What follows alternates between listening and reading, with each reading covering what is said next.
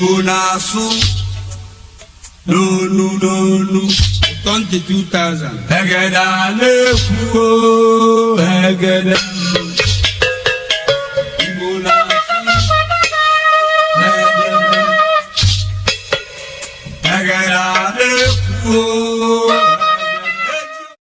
The night was unusually quiet. Even the crickets seemed afraid to sing. The moon hung low above the ancient village like a watchful eye, and the wind moved gently through the raffia roofs. Inside a mud house illuminated by a flickering oil lamp, an old woman sat on a wooden stool. Her wrinkled fingers rested upon a carved walking stick. Around her sat 5 grandchildren. The youngest clung to her wrapper. The eldest pretended not to be scared. Outside, distant thunder rolled across the sky. The old woman stared into the darkness beyond the doorway. Then she spoke. "Children." Her voice was low, slow, heavy with memories. "Have I ever told you the story of the man who loved the woman he was forbidden to love?" The children exchanged glances. The youngest shook his head. The old woman nodded. "Good." She leaned closer. "Because that story still walks these lands." A stronger wind swept through the doorway. The lamp flame trembled. The elders buried the truth many years ago. But truth is like a seed. No matter how deep you bury it, one day it finds the sun. The children swallowed nervously. The old woman looked toward the darkness again. "As long as the river Anambra flows, the spirits remember what happened." Silence. Then she began.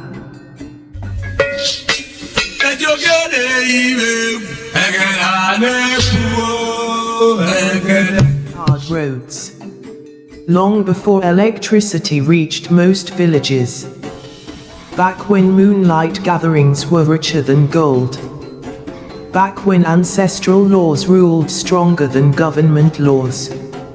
In ancient Anambra stood 2 neighboring villages, Unknowingly and Eziagu, separated by only a river, yet divided by something far deeper. Hatred. An old hatred. A hatred so ancient that many no longer remembered how it started.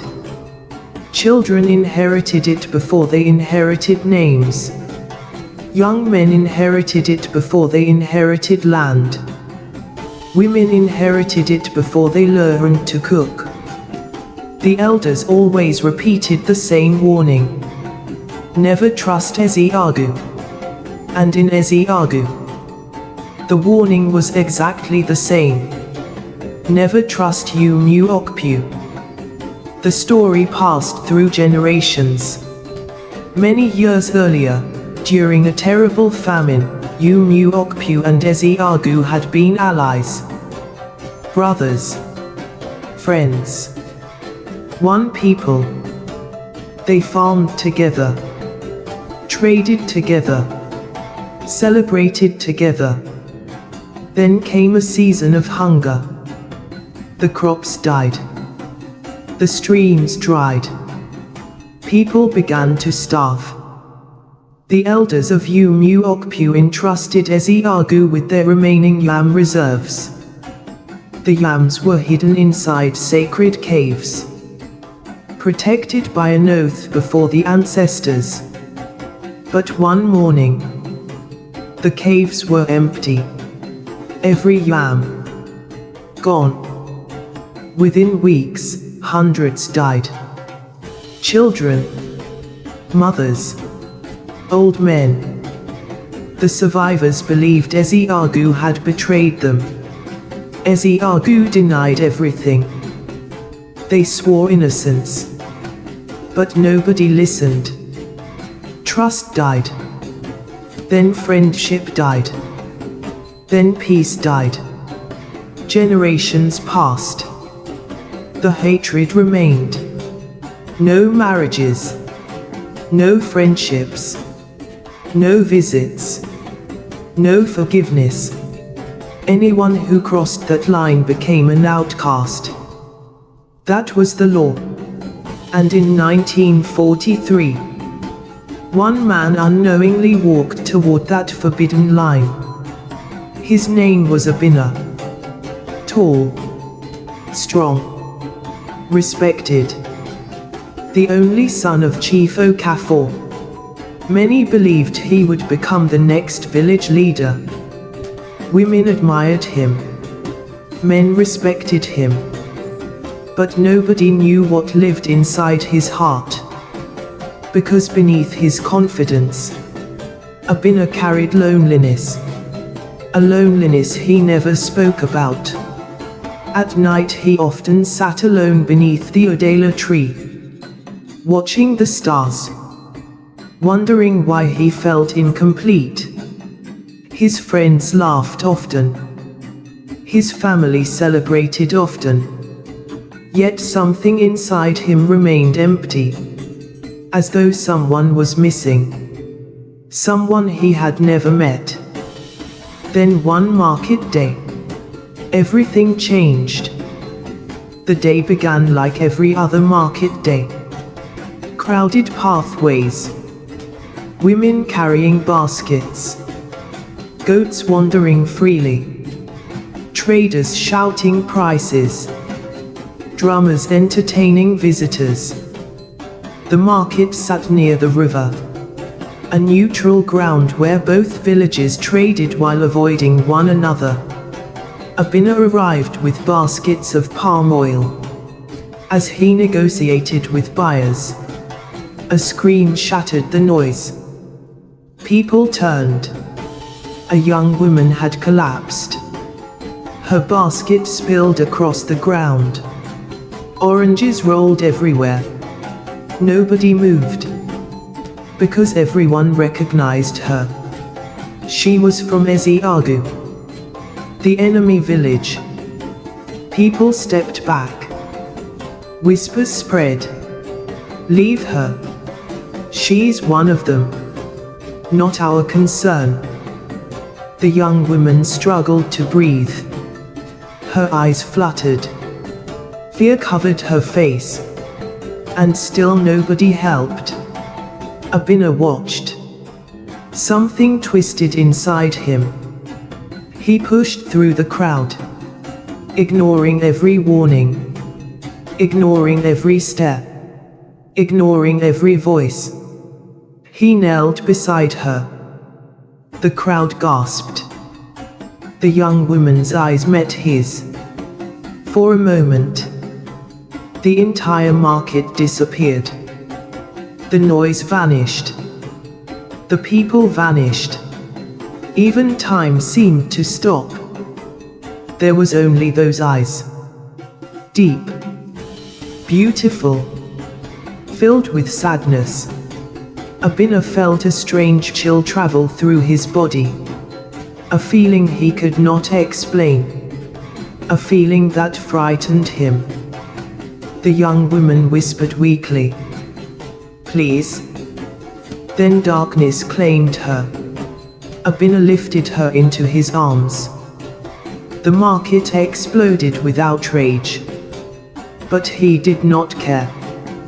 Because at that moment, without understanding why, he knew one terrifying truth.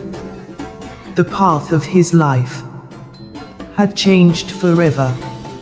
And somewhere beyond the river, ancient spirits were already watching, waiting, smiling, because a story buried for generations was about to awaken.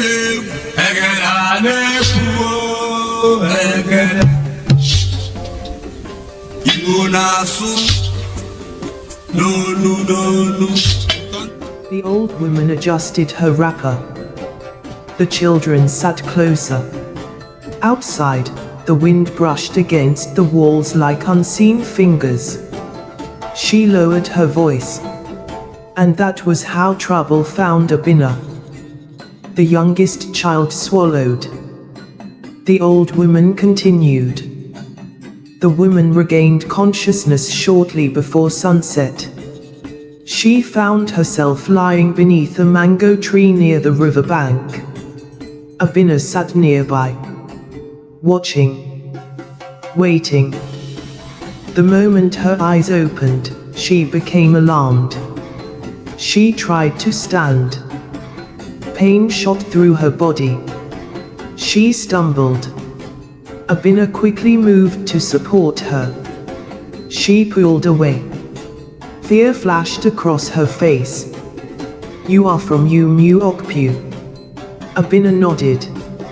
"And you are from Eziagu." The silence that followed felt heavier than stone. The woman looked around nervously. "If anyone sees us." She stopped speaking. Neither needed to explain the danger. The hatred between both villages spoke for itself. Obinna looked at her carefully. "What is your name?" She hesitated, almost as if speaking her name carried consequences.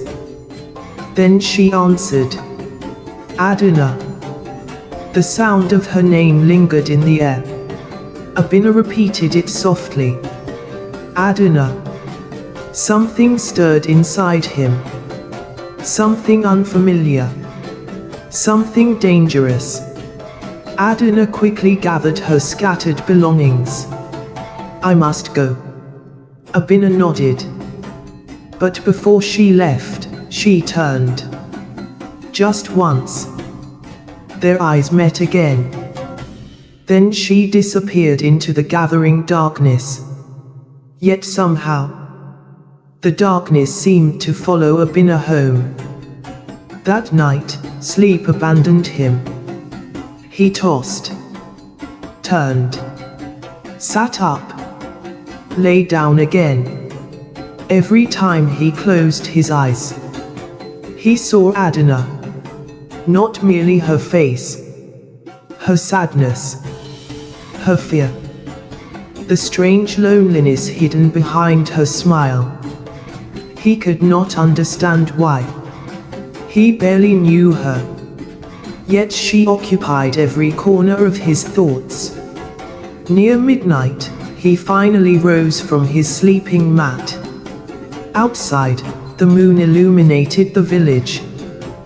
The silence felt unnatural, as if the ancestors themselves were listening. Obinna walked toward the Adela tree, his usual place of solitude. Then he froze. Someone stood beneath the tree. A woman. His heart raced. The figure stepped into the moonlight. "Adanna." Obinna stared in disbelief. "What are you doing here?" Adanna glanced around nervously. "I should ask you the same." Neither laughed. The situation was too dangerous. Yet neither walked away. Instead, they stood there beneath the moon. Two people separated by generations of hatred. And somehow, drawn together by something stronger. They talked until dawn. About simple things. Childhood. Dreams. Family. Fears. The things people rarely revealed. By sunrise, they knew more about each other than many married couples. When they finally parted, neither wanted to leave. Days passed. Then weeks. Their meetings continued. Always at night. Always in secret. Always beneath the ancient Adela tree. The tree became their refuge. A place untouched by hatred. A place where village boundaries disappeared. a place where they could simply exist together. But secrets have a strange smell, and sooner or later, someone always notices.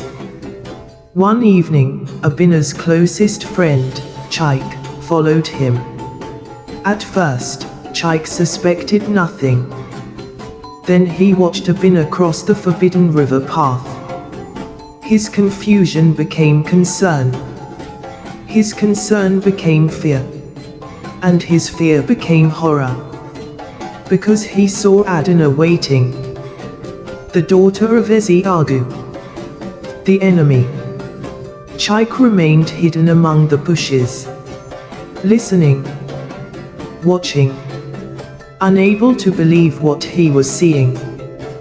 When Obinna returned home, Chaik confronted him. "You have lost your senses." Obinna remained silent. "Tell me it is not true." Still silence. Chaik's voice trembled. "You are meeting her." Obinna finally spoke. "Yes." Chaik stared at him, as if looking at a stranger. "You know what will happen if people find out." "I know." "You know your father will disown you." "I know." "You know the elders may banish Why. Oh, you." "I know." Chaik stepped closer. Then Why continued. For several moments, Obinna said nothing. Then he answered. And his answer frightened even himself. "Because I cannot stop." Meanwhile, in Eziagu, Adanna faced her own battle. Her father, Chief Neji, was one of the strongest defenders of the ancient hatred. His hatred for Umuokpu was legendary. People often joked that if hatred were a crop, Neji would own the largest farm in Anambra. One evening he called Adanna into his hut. His expression was unusually serious. "Suitors have come." Adanna's stomach tightened. Neji continued. "The son of Chief Ezenwa wishes to marry you." Fear crawled through her chest. Not because the man was cruel, but because she already belonged to someone else. At least in her heart. Her father watched carefully. "You should be happy." Adanna forced a smile. But fathers often notice what others miss. Neji narrowed his eyes. "Is something troubling you?" "No." "Look at me." She obeyed. The chief studied her face. Long. Carefully. Suspiciously. Then he dismissed her. But the doubt remained. And doubt is often the beginning of disaster. That same week, something strange began happening. The village oracle reported unusual signs. Sacred chickens refused to enter the shrine. Palm wine offered to the ancestors turned sour overnight. Drums split without reason. Dogs barked at empty spaces. The elders grew uneasy. Many believed the ancestors were angry. Nobody knew why. Yet everyone felt it. A storm was approaching. Not in the sky, but among people. One night, during another secret meeting beneath the Odela tree, Adanna arrived trembling. Obinna immediately noticed. What happened? She hesitated. Then spoke. "My father suspects something." A chill ran through Obinna. Adanna continued. "The elders have also become restless." The wind suddenly picked up. Leaves rustled violently overhead. The tree seemed to groan. Almost like a warning. Then Adanna revealed something that made Obinna's blood run cold. I overheard the village oracle speaking. What did he say? Adanna's voice became barely a whisper. He said the forbidden bond has awakened. Obinna frowned. What does that mean? Adanna shook her head. He refused to explain. The wind intensified. Thunder rolled across the distant sky. Neither noticed the shadow hidden among the bushes. Watching. Listening. Breathing quietly. A figure who had followed Adanna. A figure whose eyes burned with rage. A figure who now knew everything. And as the lovers held each other's hands beneath the ancient tree, the spy silently disappeared into the darkness, carrying a secret powerful enough to destroy 2 villages. And somewhere deep within the sacred forest, an old blind oracle suddenly woke from sleep. His eyes widened. His entire body trembled. Then he whispered 4 terrifying words. The dead have returned. The children gasped. The old woman fell silent. For a long moment, only the sound of the wind could be heard. Then she slowly looked toward the doorway, toward the darkness, and said, "Children." What happened next changed both villages forever.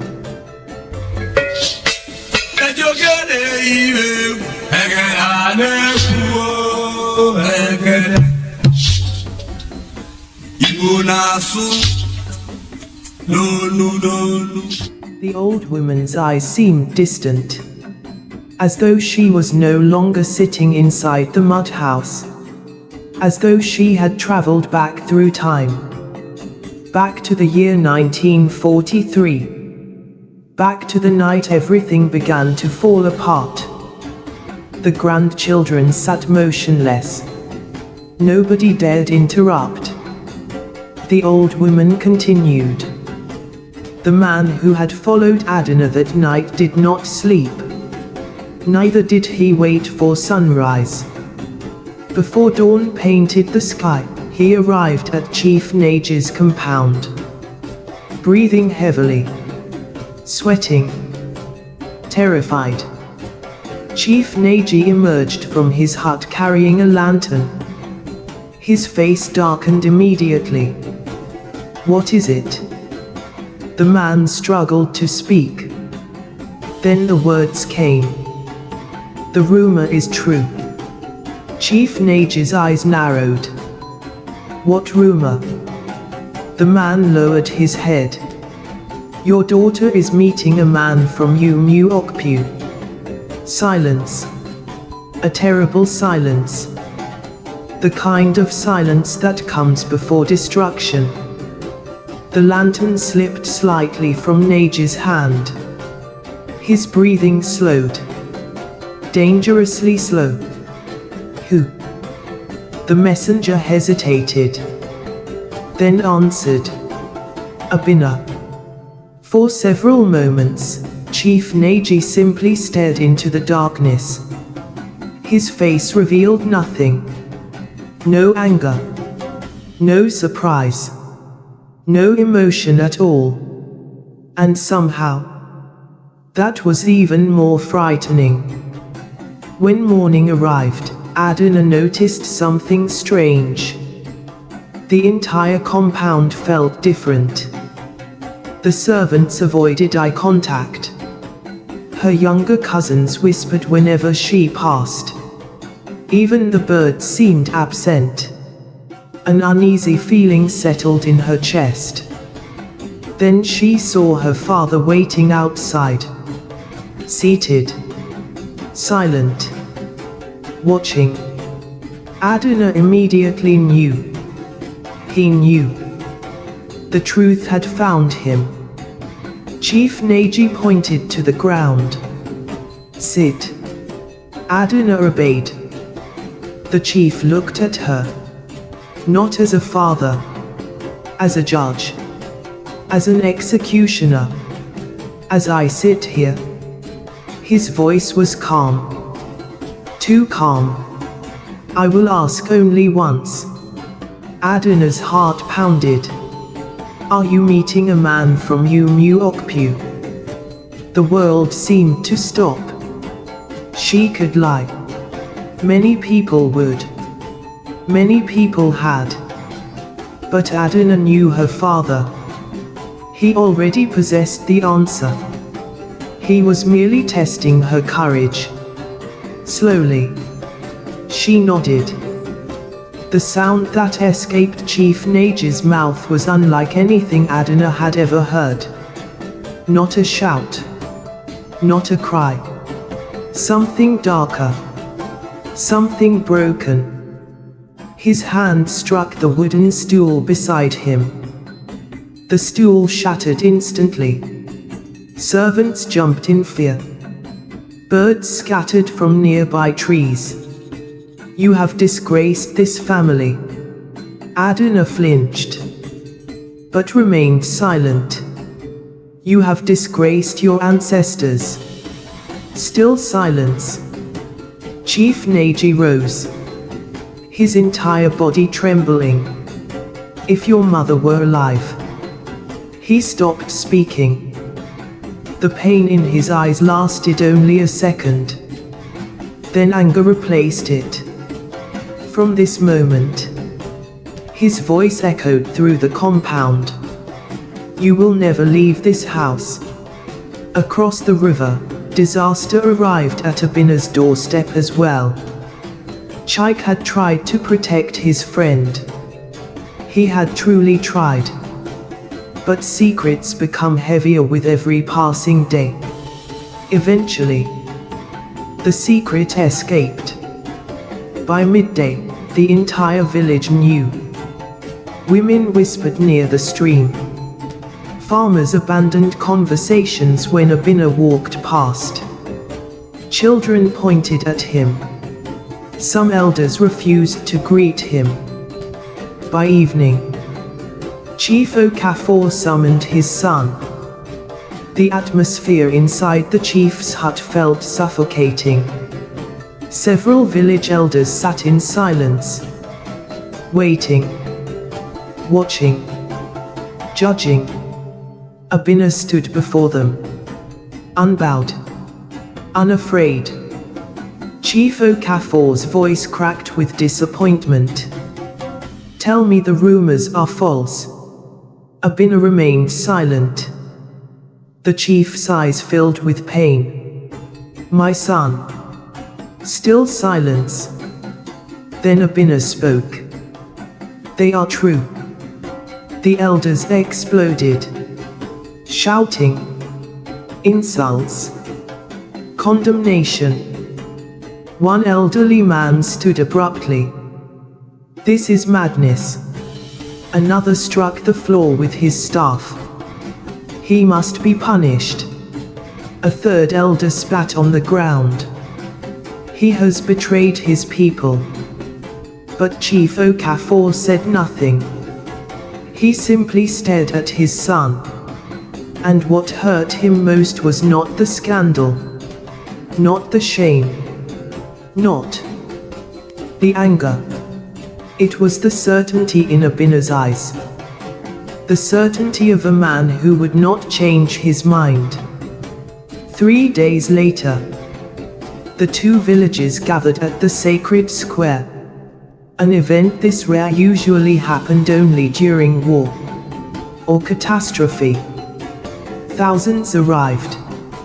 Men, women, children. Even neighboring communities came to witness. The atmosphere felt poisonous.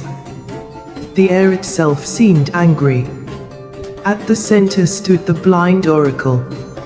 A man so old that nobody remembered his true age. Some claimed he had spoken with spirits. Others believed he could see the future. Today, he looked terrified. The village leaders demanded answers. Why were strange signs appearing? Why were animals behaving strangely? Why were ancestral shrines rejecting sacrifices? Why had drought suddenly begun despite recent rains? The blind oracle listened quietly. Then he spoke. His voice barely rose above a whisper. The dead are restless. Fear spread immediately. Murmurs rippled through the crowd. The oracle continued. A forbidden bond has awakened. Every eye turned toward Obinna and Adanna, standing on opposite sides of the gathering, separated by people, separated by hatred, yet somehow still connected. The oracle raised a trembling finger, pointing directly at them. Gasps erupted. Their love has opened a door. Chief Neji stepped forward. What door? The oracle's face tightened, as though he regretted knowing the answer. Then he spoke. A door that should never have been opened. The crowd fell silent. The old oracle removed a small leather pouch from his robe. Inside lay an object wrapped in ancient cloth. Carefully, slowly, he opened it. A necklace. Old, weathered, ancient. The moment Chief Okafor saw it, his face lost all color. Chief Neji staggered backward, as though struck by lightning. The crowd noticed.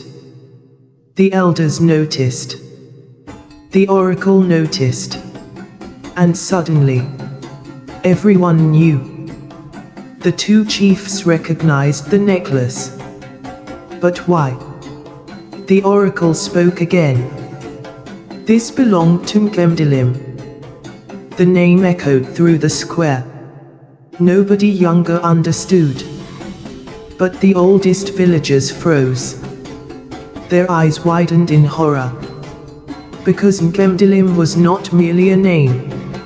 It was a ghost from the past. A name deliberately erased from history.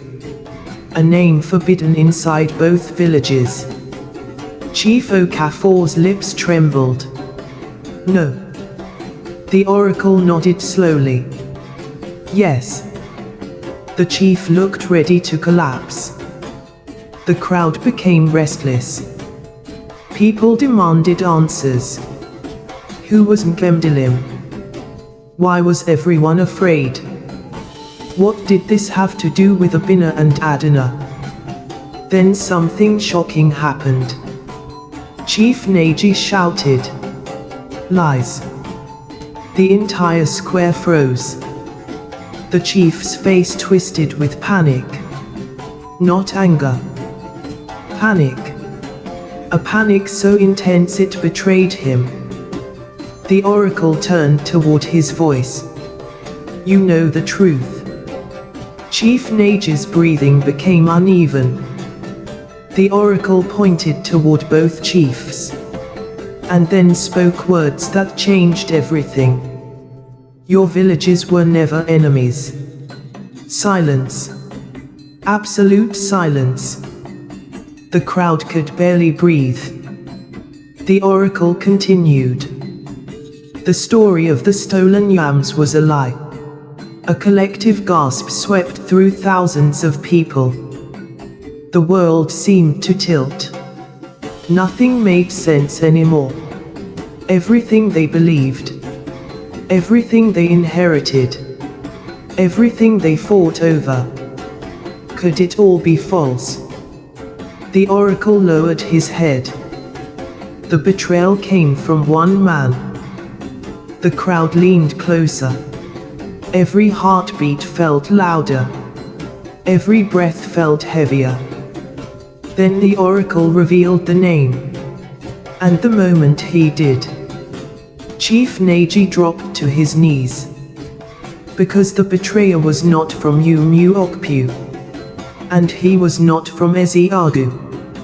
He was someone connected to both chiefs, someone whose blood still flowed through their families, someone whose secret had remained buried for over 40 years. Thunder exploded across the sky. Dark clouds gathered overhead. Children screamed. Women cried out. The wind howled through the sacred D-square. The oracle raised his voice. The ancestors demand truth. Then he turned toward Obinna and Adanna, his blind eyes somehow finding them, and he uttered a warning that chilled every soul present. If the truth is not revealed before the next full moon. His voice trembled. One village will disappear. The crowd erupted into chaos. People ran, shouted, prayed, argued. But amidst the confusion, one person smiled. A mysterious old man standing at the edge of the crowd. Watching, waiting. A man nobody recognized. A man who carried a secret older than the hatred itself. And as he slowly walked away into the forest, he whispered words that nobody heard, except the spirits. The time has finally come. The old woman stopped speaking. The grandchildren stared at her with wide eyes. The oil lamp flickered violently. Outside, thunder rolled again. Then the old woman leaned forward and whispered, "Children." The truth they were about to uncover was far worse than betrayal. Her eyes darkened. Because some secrets are buried for a reason.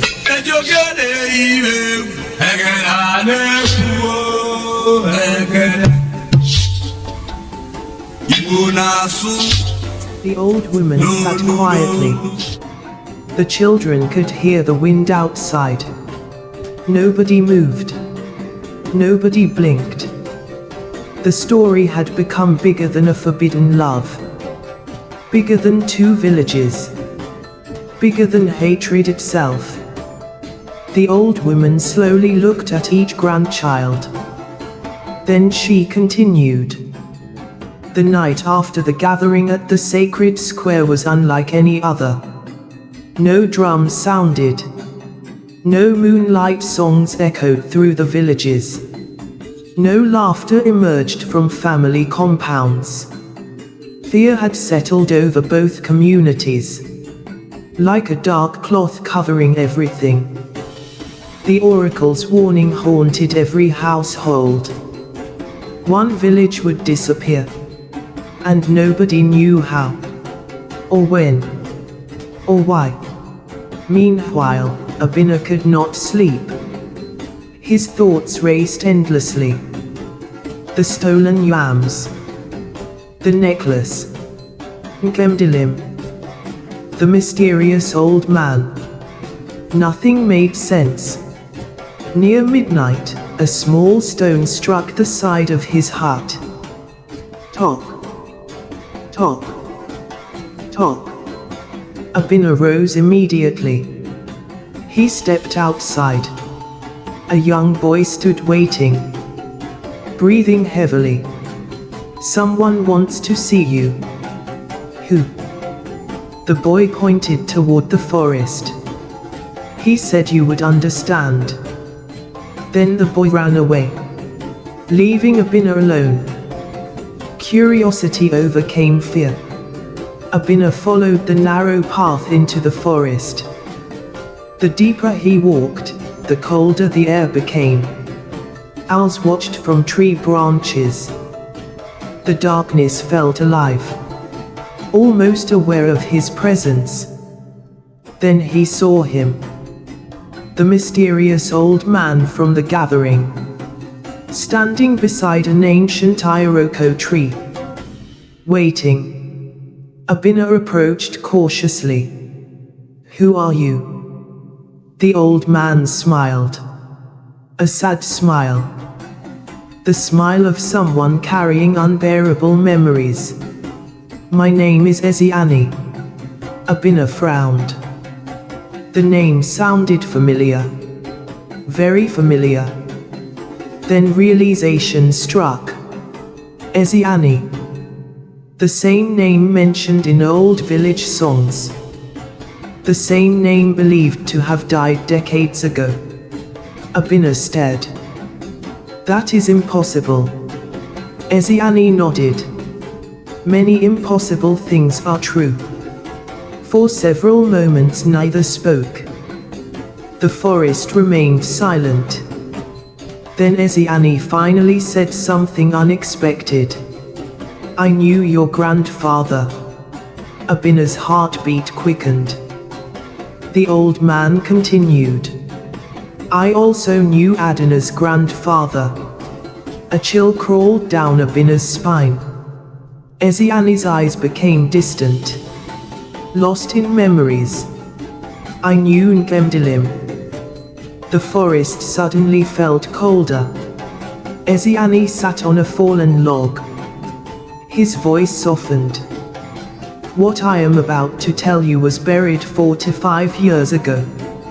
Obinna listened carefully. "The story your people know is false. The yams were never stolen." Obinna remained silent. He already suspected as much. But hearing it confirmed sent a strange feeling through him. Eziani continued. "Because the real story was much worse. The year was 1898. Both villages were united. Peaceful. Prosperous. And among them lived a young woman named Ngemdilim. The most beautiful woman either village had ever seen. But beauty was not her greatest gift. She possessed wisdom, compassion, courage. People traveled from distant communities simply to seek her advice. Many men desired her hand in marriage. Yet she loved only one man, a hunter named Ojimegvu, a man from the neighboring village. Their love became legendary. Families approved. The elders approved. Everything seemed destined for happiness. Until greed entered the story. There was another man. A wealthy trader named Madueka. Powerful. Influential. Dangerous. He also desired Ngemdilim. But she rejected him. Again. And again. And again. Each rejection poisoned his heart. Until love became obsession. And obsession became hatred. One evening, Madueka approached Ngemdilim. His eyes burning with desperation. "If I cannot have you." His voice trembled. "No one will." Ngemdilim walked away, ignoring him. Believing the matter had ended. She was wrong. Very wrong. Weeks later, famine arrived. The villages trusted one another completely. The remaining yam reserves were hidden, protected, guarded, safe. At least, everyone believed so. But Madueka saw opportunity. An opportunity to destroy everything. He secretly moved the yams. Not to steal them, but to create suspicion, conflict, chaos. And then he spread lies. Carefully, patiently, like a snake releasing venom. The lies grew. The lies multiplied. The lies divided people, Soon accusations began. Then anger. Then violence. Then hatred. Everything happened exactly as he planned. But Madueka made one mistake. Nglemdilim discovered the truth. She saw him moving the yams. She witnessed everything. And she confronted him. Alone. At night. Inside the sacred caves. The same caves where the famine story began. The same caves people still feared decades later. You did this. Nglemdilim's voice echoed through the cave. Madueka laughed. He no longer cared about hiding the truth. They chose hatred. Nglemdilim shook her head. You created it. Madueka stepped closer. You created it. Nglemdilim stood her ground. I will tell the elders. Something dark entered Madueka's eyes. Something terrifying. Then he said the words that sealed countless destinies. No. Eziani stopped speaking. His breathing became heavy. Even after all these years, the memory hurt. Obinna leaned forward. What happened? The old man closed his eyes, as though wishing he could forget. Then he whispered, Madueka killed her. The forest fell silent. Even the wind stopped moving. Obinna felt his stomach tighten. Eziani continued. He struck her. Again. And again. And again. Until she no longer moved. Until silence became permanent. Until the woman both villages loved was gone. Forever. Obinna felt sick. The old man lowered his head. Nobody knew. He buried her body inside the cave. And allowed hatred to consume the villages. Years passed. Then decades. And the truth remained hidden. Until now.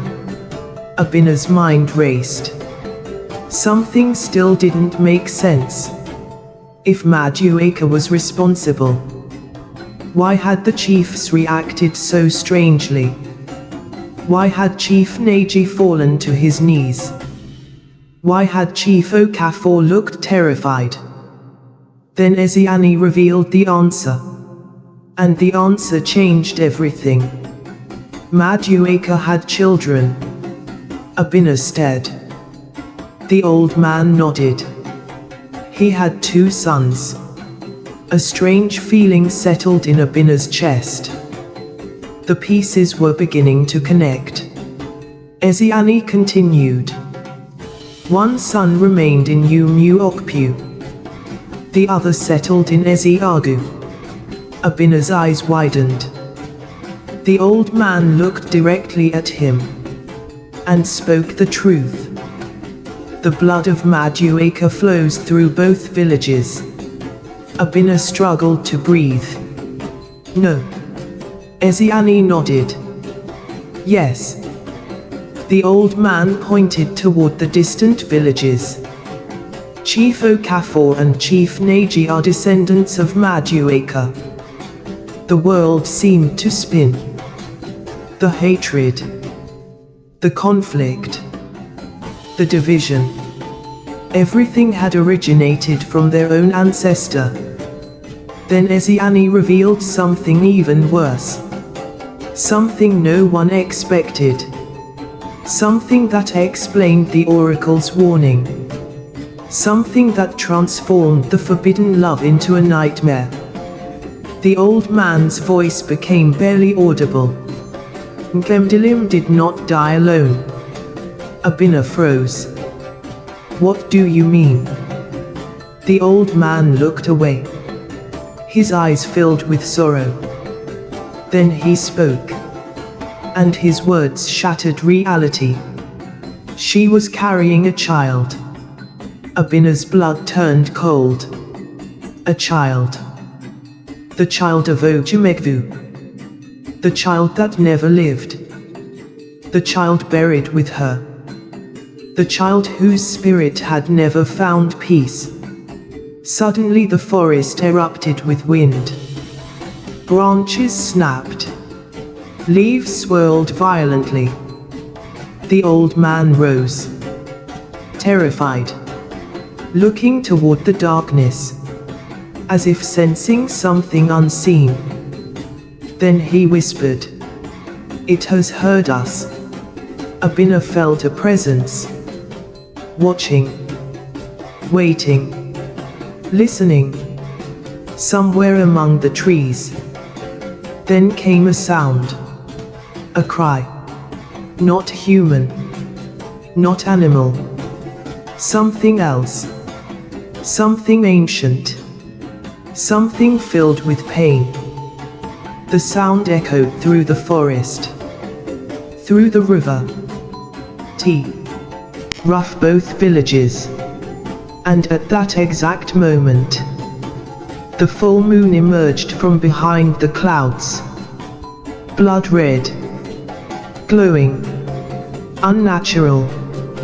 Eziani's face lost all color, because he knew what it meant.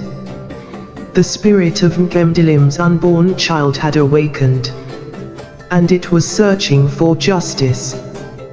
The old woman stopped speaking. The grandchildren sat frozen. One of them finally whispered, "What happened next?" The old woman looked toward the darkness beyond the doorway. Her expression became grave, very grave. Then she answered, "That was the night death entered both villages." A long silence followed. Then she whispered, "And before dawn arrived, someone would be sacrificed."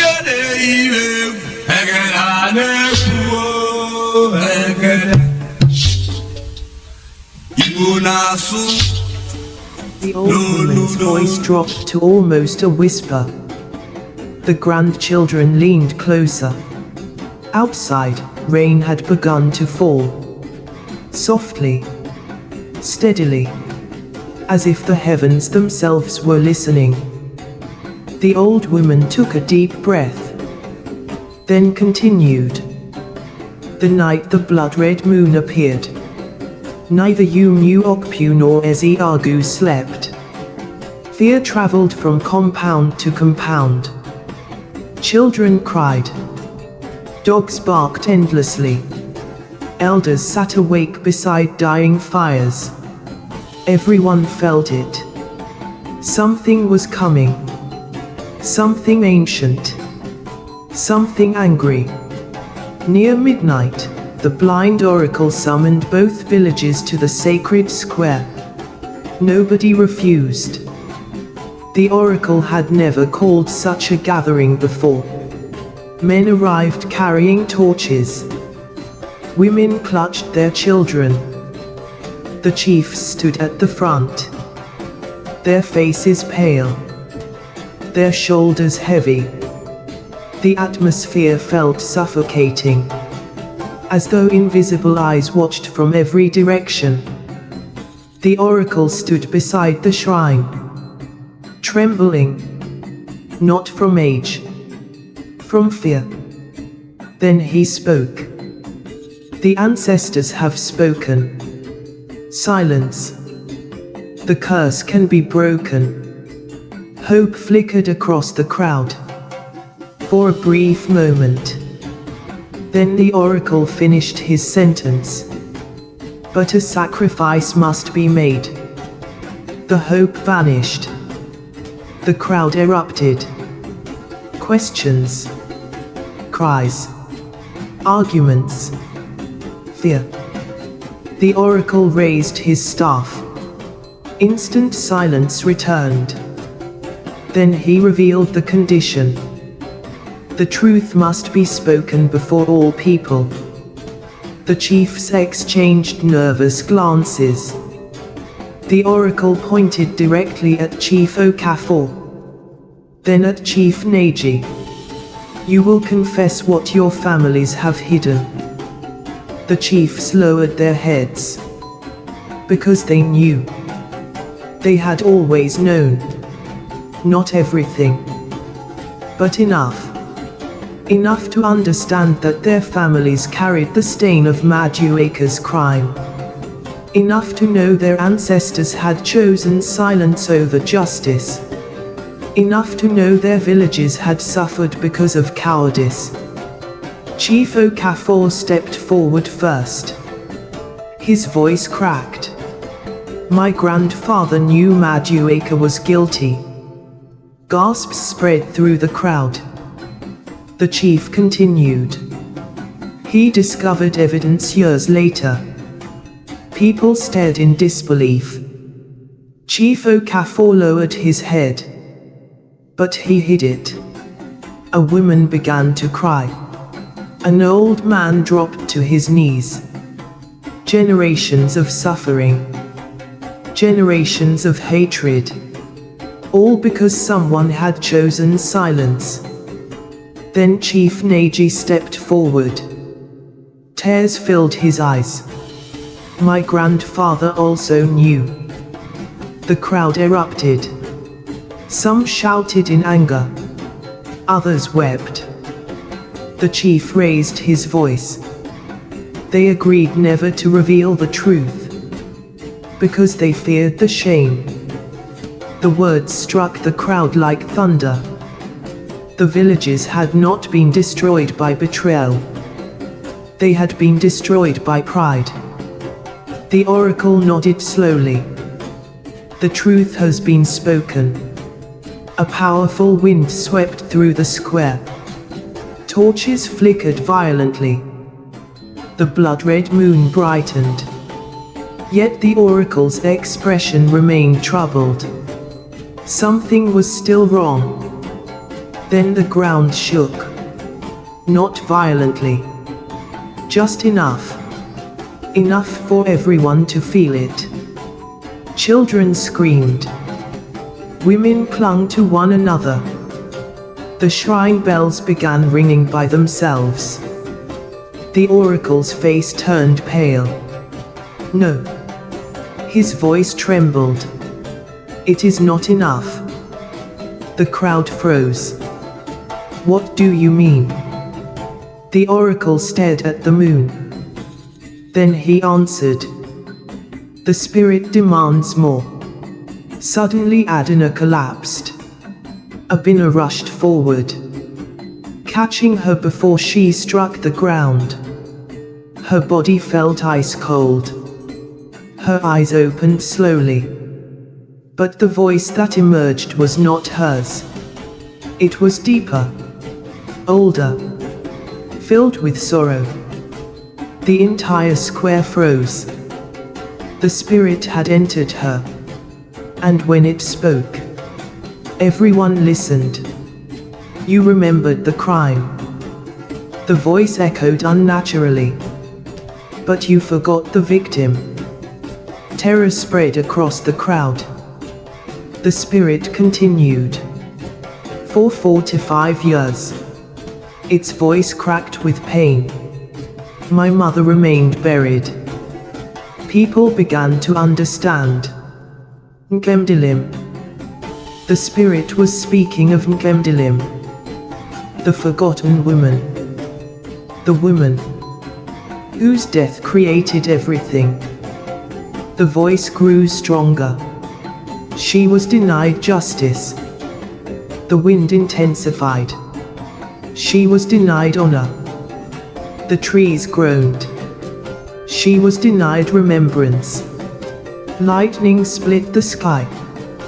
Then the spirit whispered, "Bring her home." The oracle suddenly understood. His eyes widened. The cave. The crowd stared. The oracle pointed toward the forest. Nkemdilim's body remains inside the cave. A stunned silence followed. Then chaos erupted. Torches were lifted. Men gathered.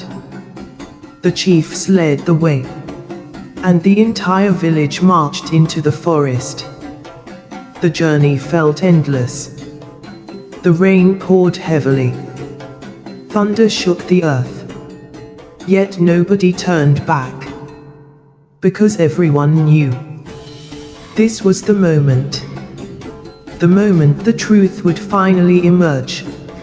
Hours later, they reached the cave. The same cave where the famine story began. The same cave where Ngemdilim disappeared. The same cave where Madueka buried his secret. The entrance seemed darker than the surrounding night. Almost alive. Waiting. Inside, the villagers searched. Minutes passed. Then a cry echoed from deep within. We found something. Everyone rushed forward. And there, hidden beneath layers of stone, lay human remains. A necklace. Ancient cloth. And beside them, the tiny bones of an unborn child. The entire cave fell silent. Many wept openly. Even the strongest men. Even the chiefs. Because the truth was no longer a story. The truth had a face. The truth had bones. The remains were carried back to the sacred square. As dawn approached, a proper burial ceremony began. Both villages stood together, not as enemies, as mourners, as one people. For the first time in generations, hatred stepped aside, and grief took its place. As the burial ended, something extraordinary happened. The wind stopped. Completely. The moon lost its red glow. The shrine bells became silent. The atmosphere changed. The heaviness lifted. The curse was ending. Everyone felt it. Then Adanna opened her eyes. The spirit had left her. The pain was gone. The fear was gone. Peace remained. The oracle smiled. A genuine smile. Something nobody had seen in years. It is finished. The crowd cheered. People embraced. Enemies became neighbors. Neighbors became family. Women cried tears of relief. Children laughed. The nightmare was over. Or so everyone believed.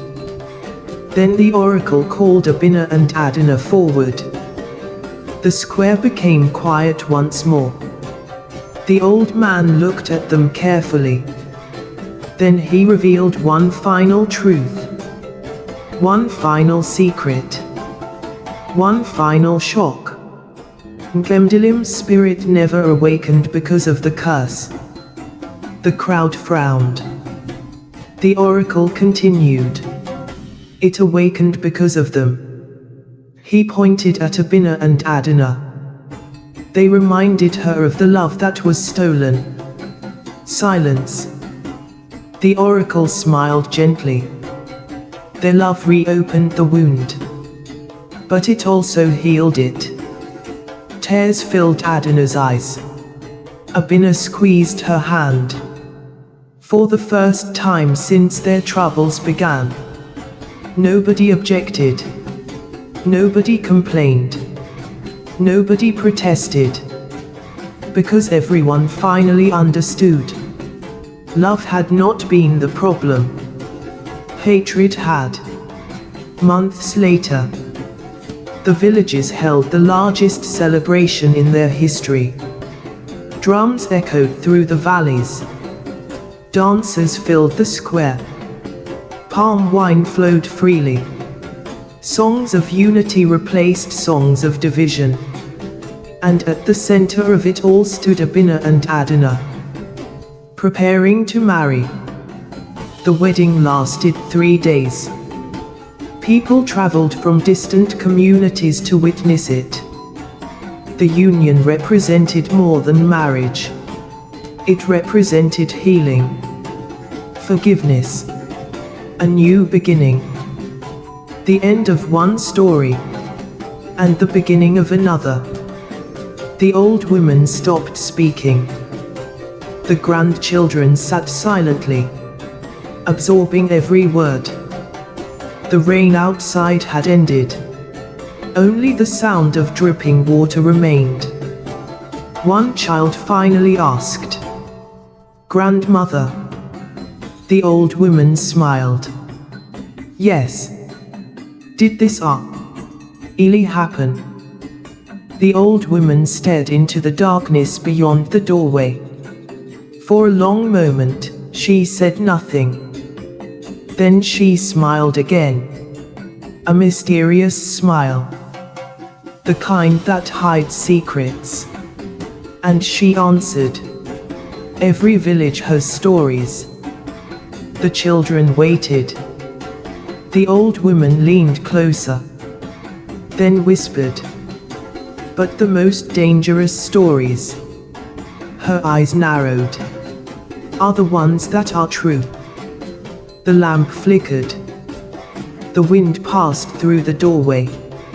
And somewhere far away, near the river that separated two ancient villages, an old udala tree still stood, watching, remembering, guarding the memory of a love that changed history.